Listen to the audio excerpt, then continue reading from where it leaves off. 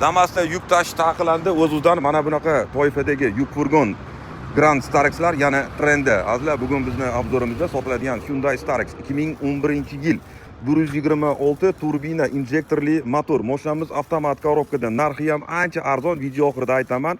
4 ta yumshoq Cherokee balonlar bilan jihozlangan yangi holatda yumshoq diskalar. Mashinamiz almashgan detali udarlar yo'q, faqat kosmetik disk yo'q, bu yoqda kraskasi bor. O'rta eshigi oynali ko'ryapsiz. Orqasi tunka obshivkali. Orqa qismlarga bitta baho berasiz. To'p chiroqlar butun, orqa kapotlari butun ekan, ko'p holatda bu yerlar shpaklokubul yorilib ketadi. Orqa oynalari bor, buferlari ham zo'r holatda. Bu tomonlarni ko'ryapsiz.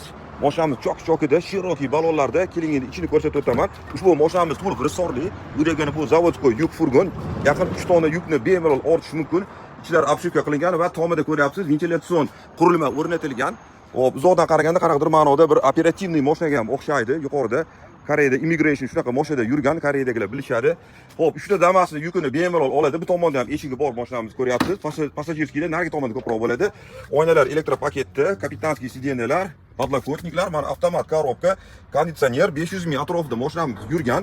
Yaxshi tomoni ushbu motor juda ham qimmat hisoblanadi. Motor korobkasi bor, sotaman desangiz xaridor juda ham ko'p. Bunga siz bemalol o'zini Starex motori zavodskoy propanni qo'yib, qayta jihoz qilib, o'zingizga moslab, noldan taxlab passajirskiy qilsangiz ham bo'ladi. Oldin mordasini yangilab olsangiz, ozgina mashinaga kosmetik tayyorlab bergan holatda 2020 vidni bemalol bersa bo'ladi.